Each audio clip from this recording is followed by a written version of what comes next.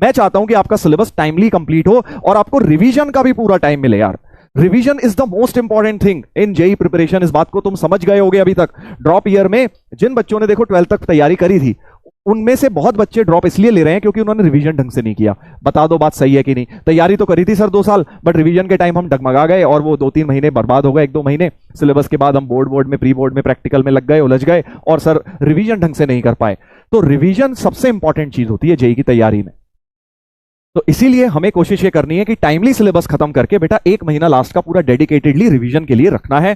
Revision, test paper खूब सारे, उसमें आप प्रैक्टिस टेस्ट देंगे तभी तो आपको समझ आएगा किस तरह का पेपर जेई सेट कर रहा है। देखो अभी तुम क्या एक एक चैप्टर पढ़ रहे हो, फिर आप सारे चैप्टर्स एक साथ जब उनके ऊपर प्रैक्टिस करोगे, अटेम्प्ट करोगे, रिवाइज करोगे, तब अलग गेम होगा, क्योंकि जेई में सारे चैप्टर्स आने वाले हैं। True fact sir. हाँ बिल्कुल, आई नो बेटा, ये होता ही है। और मैं भी सही बताऊं तो मेरे साथ भी यही हुआ था। जब मैंने 12th तक मेरी तैयारी अच्छी थी, मेरे को लगता था मैं तो बहुत बढ़िया हूं मैथ्स में मतलब तीनों ही सब्जेक्ट में बढ़िया हूं, ठीक ठाक हूं, तो जेई तो क्लियर कर ही लूंगा। बट उस समय ये नहीं समझ आया कि यार रिवीजन का कितना बड़ा रोल होता है। और 12th के एंड में थोड़ा सा ये कह लो ढीले पड़ गए, थोड़ा सा मस्ती मजाक में। अब हुआ क्या, चलो थोड़ा सा बता ही देता हूं तुम्हें कैसे कैसे जो है लास्ट के 2-3 महीने बर्बाद हुए। अब उससे पहले तो भाई देखो हम कोचिंग में, कोटा में थे, तो प्रॉपर तरीके से पढ़ाई चल रही थी अक्टूबर तक। 12th में जब आप अक्टूबर में होते हो, जनरली तब अक्टूबर नवंबर के आसपास, दिवाली के आसपास सिलेबस खत्म हो जाता है। तो हमें लगा कि यार अब देखो 2 साल से तो घर से दूर रह ही रहे थे, और इस छोटी सी एज में यार घर से दूर रहना देखो थोड़ा मुश्किल तो होता ही है। आपको याद आती है अपने दोस्तों की, फ्रेंड्स की, फैमिली की, घर के खाने की, मम्मी की, है ना, ये सब चीजें होती हैं। तो जैसी सिलेबस खत्म हुआ, अपन कट लिए बेटा। हाँ अपन कट लिए। हमने सोचा अरे यार अब तो क्या ही रखा है कोटा में, अब तो सिलेबस हो गया, हम तो सिलेबस करने आए थे, हम रिवीजन निपटा लेंगे, देख लूंगा अपने आप, हाँ देख लूंगा हाँ।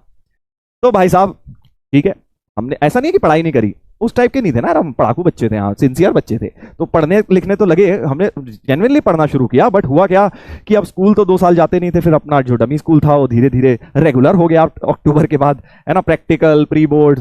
तो भाई हमको चस्का लग गया स्कूल जाने का लास्ट के 1-8 महीने, समझ रहे हो ना? हाँ लास्ट के 1-8 महीने चस्का लग गया। अब क्यों चस्का लग गया तुम भी समझ ही रहे होगे। हाँ क्योंकि यार 2 साल से तो किताब और हम बस 2 ही लोग थे, कोई इंसान नहीं, तीसरा होगा भी तो कोई डाउट बता रहा होगा। स्कूल में भाई तो पता ही है हर तरह के बच्चे होते हैं, है ना, मजा आता है। लोग वैसे भी लोगों को लगता है भाई आईआईटी की तैयारी कर रहे हैं, अच्छा ये टॉप करेंगे हमारे स्कूल से, तो वैसे ही अटेंशन मिलने लगती है। तो लास्ट 1 महीने हम लोगों ने खूब स्कूल में मस्ती मजाक शुरू कर दिया और जाना शुरू कर दिया टाइम पास करने के लिए। पढ़ाई भी नहीं चल रही है वहां, 1 घंटे की लैब हो रही है और 4 घंटे टाइम पास हो रहा है।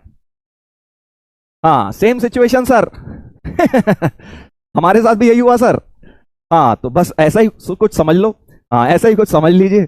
और फिर उसके बाद क्या, फिर हमने बोर्ड दिए, फिर अब मार्च तो ऐसे ही आ गया, बोर्ड तक चलते चलते अक्टूबर, दिसंबर, जनवरी में ठंड वैसे ही बहुत होती है, स्कूल जाते थे, पढ़ाई ज़्यादा होती नहीं थी, और मार्च में फिर बोर्ड आ गए। बोर्ड के बाद फिर होश खुला कि अरे भैया अब तो जेई आ गया। हमारे टाइम पे 10 अप्रैल के आसपास होता था जेई का फर्स्ट पेपर, 2 अटेम्प्ट नहीं होते थे, जनवरी और अप्रैल टाइप, एक ही होता था बस 10 अप्रैल के आसपास, जो संडे आ रहा होता था उस दिन होता था।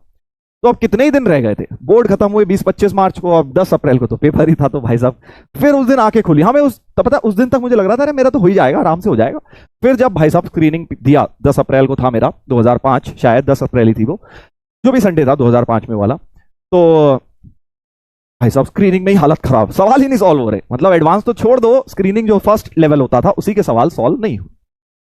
हाँ तो मॉरल ऑफ द स्टोरी है, तो फिर ऑब्वियसली जब स्क्रीनिंग खराब हो गया तो फिर तो ट्रैक से गाड़ी उतर गई। फिर मैं दोबारा एक्चुअली कोटा गया, मीन कि भाई अब तो यार सीरियसली पढ़ाई करनी है 1-2 महीने, बट फिर वहां ज्यादा कुछ हो नहीं पाया 1-8 महीने में। तो एक्चुअली ट्रैक से जो ऑफ ट्रैक हो गई, मुझे अब ये रियलाइज होता है बाद में जब मैंने सोचा कि यार जो रिवीजन ढंग से नहीं किया था ना, उसकी वजह से मेरी प्रिपरेशन ऑफ ट्रैक हुई।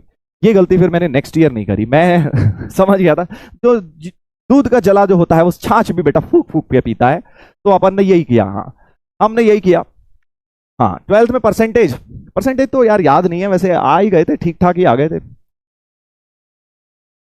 हाँ तो मैं आपको बस इस स्टोरी से बताना चाह रहा हूं बेटा कि अपने सिलेबस, कई बार हम सिलेबस कंप्लीशन में इतने ज्यादा उलझ जाते हैं, इतने ज्यादा उसकी तरफ एक ये कह लीजिए कमिटेड हो जाते हैं सिलेबस कंप्लीशन की तरफ, हाँ, कि हम रिवीजन को बेटा इग्नोर कर देते हैं।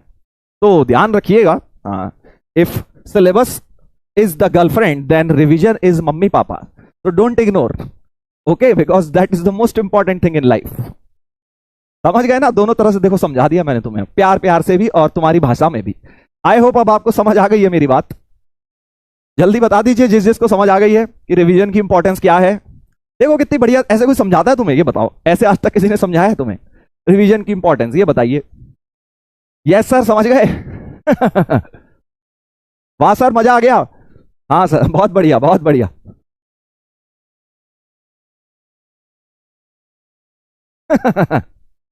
सर जी पर्सनल हो गए? तो यार पर्सनल बात कर रहे हैं तो पर्सनल होके ही करनी पड़ेगी ना यार। ये बात बता, मैं तेरे को ज्ञान आके दे दूं यूट्यूब वाला तो वो मजा नहीं आता ना, उसमें फिर फील नहीं आती ना यार। अपन तो दिल से दिल कनेक्ट करके बात करते हैं, तो पर्सनल तो थोड़ा होंगे ही। कभी कभार बुरी लग जाती होगी तुम्हें मेरी बात, बट फैक्ट तो यही है बेटा। मैंने आपको छोटी सी कहानी अपनी बताई है और मोटिवेट किया आप लोगों को कि रिवीजन भाई टाइमली करते रहिएगा।